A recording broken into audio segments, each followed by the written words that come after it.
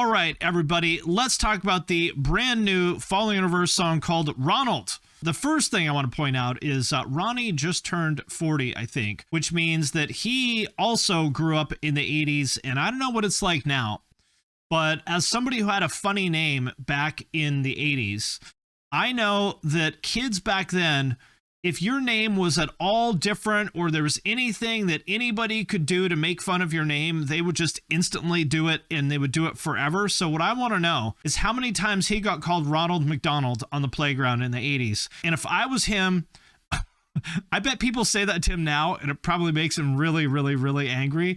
And it would make me really angry too. People used to call me Fish Fin when I was, I don't know, like 11 or 12 or something like that. It makes you tough. Like, I don't think Ronald is a funny name or anything like that, but you just know that people are going to call him Ronald McDonald, you know? For example, Caleb Shomo, I didn't want to ask him because it would be rude, but Caleb Shomo, if you just put the space differently, is Caleb's homo. So you got to wonder how many times they're like, oh, Caleb's homo.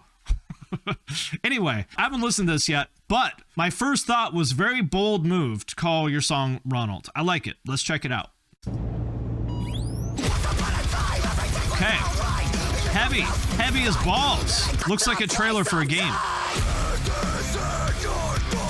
It sounds like Omerta. It does. I remember when I first heard Escape the Fate back in the day, I was very surprised because I thought Escape the Fate was going to sound like this. I don't know why. I just feel like with that name and I don't know, for whatever reason, I thought Escape the Fate was going to be really heavy.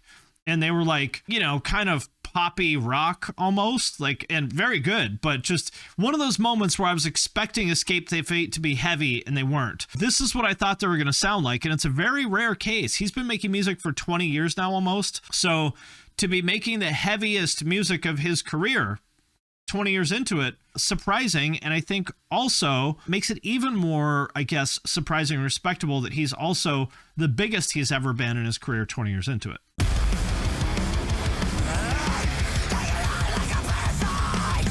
A lot of screaming too. Wow, okay. I feel like this is one of these boss battles in a game. This is like Elden Ring. Here's what this is. One of these goddamn unfairly difficult Elden Ring boss fights. He just got dropped in here. And I think, you remember those annoying like wizards with like the two faces in Elden Ring? You know what I'm talking about? He just got dropped into like 12 of those, and they're all just going to start like unloading on him with their wands. Unfair. Let's see if he can make it through this boss battle without summons, without Ashes of War. It's the only way he's going to make it.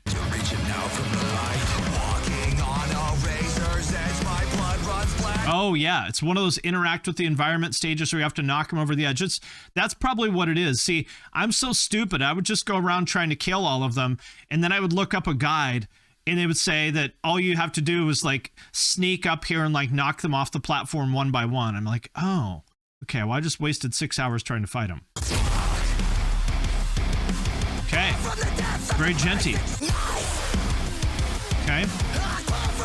Very groovy. Once again, like insane video production. Like legitimately, I know people made fun of me when I said this before, but I legitimately think that his videos have better special effects than a lot of like actual big time Hollywood movies. I don't know why the CGI and like the big time movies are so shitty, but his videos, like very, very, very impressive. So shout out to Epitaph or whoever is paying for it.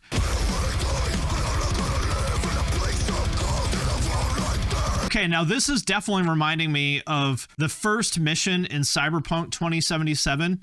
You remember that, where there's like the helicopter at the beginning where you meet Adam Smasher? I was so disappointed. The rest of the game, like that first mission in Cyberpunk was so goddamn good. Like 10 out of 10. I loved it. And then the rest of the game, a 6 out of 10. Bait and switch. And then we've got the T-1000 here. Now that was cool. That was cool here with like the machine gun perfectly synced to the drums. That was cool. That was cool. Very satisfying. Has Ronnie ever done this many like I mean, he's done screaming in some songs and stuff here and there, but he's never done like this much screaming, has he? I feel like this is also like one of his best vocal performances. Him just like, not that I ever doubted that he could do like heavy vocals, but to do this many in a song, I don't think he's ever done it before. Very impressive. Okay. Oh, Tech Nine. Well, listen, I thought it was a good song up until now. Respect to Tech Nine. As a person, he's one of the most successful independent rappers of all time, and I have a ton of respect for everything he's achieved as an entrepreneur, and he seems like a good dude. Can't say I think his music is fantastic, though. Let's see. Crime of the people are evil and never know demon design the opposite of a divine. No! Rain, saw it falling from a tower's dead plane, head bang. A little rappity to me. Tech Nine is the gent of rap, so this kind of makes sense. It's true. I will say this. I do not care for his style of rapping, but at least he's one of the people that created it. Yeah, that was only white dudes that rap fast. I want to give full respect to Tech Nine. This is not my style. Not my thing. However, he is one of the creators of this style. You know, the Midwest chopper style. He's one of the OGs of it. So it's not for me, but I do respect it when he does it. I do not respect it when 9 million other people do it. When Tech Nine does it, I respect it, even if I don't necessarily like it.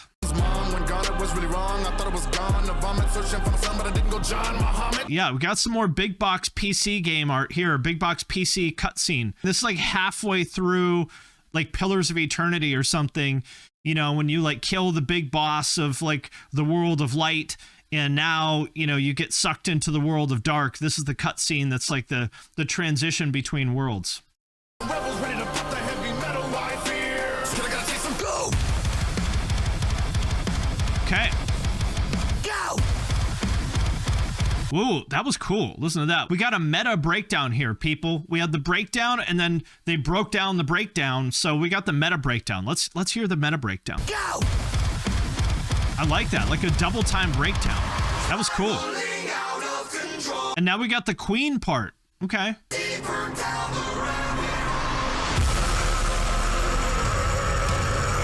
Ooh. Kylo Ren has entered the building.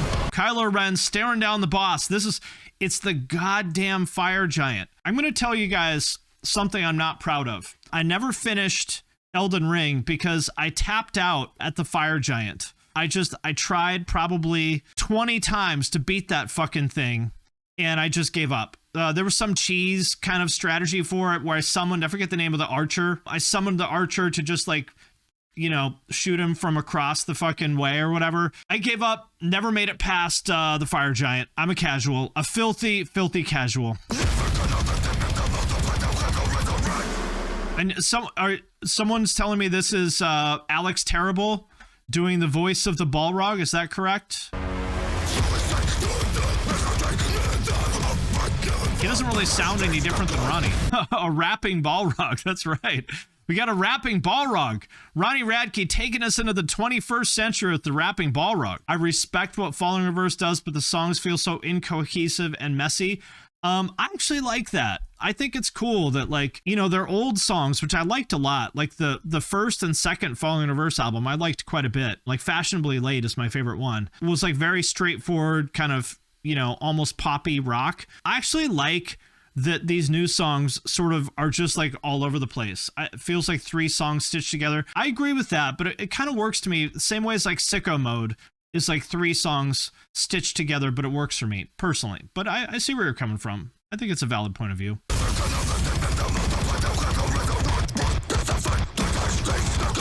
Okay, well, there it is. I could have done without the Tech Nine part personally, but that's just my opinion. I wanted to shout out a couple other things, so I thought it was kind of fun. So my friend Brian over at Rockfeed did an interview with Ronnie. You know, lots of people, you know, would accuse him of being, you know, a narcissistic asshole and whatnot. And I think he would probably say the same about himself at times. But I really did appreciate this. This is an interview with my friend Brian over at Rockfeed that he did where he kind of roasted himself. I thought this was cool. So this is, if you remember, so they're talking about like how Ronnie started doing like the rap rock stuff, you know, basically right after he got out of prison. So he's talking about his song Alone. It's the dumbest song, bro.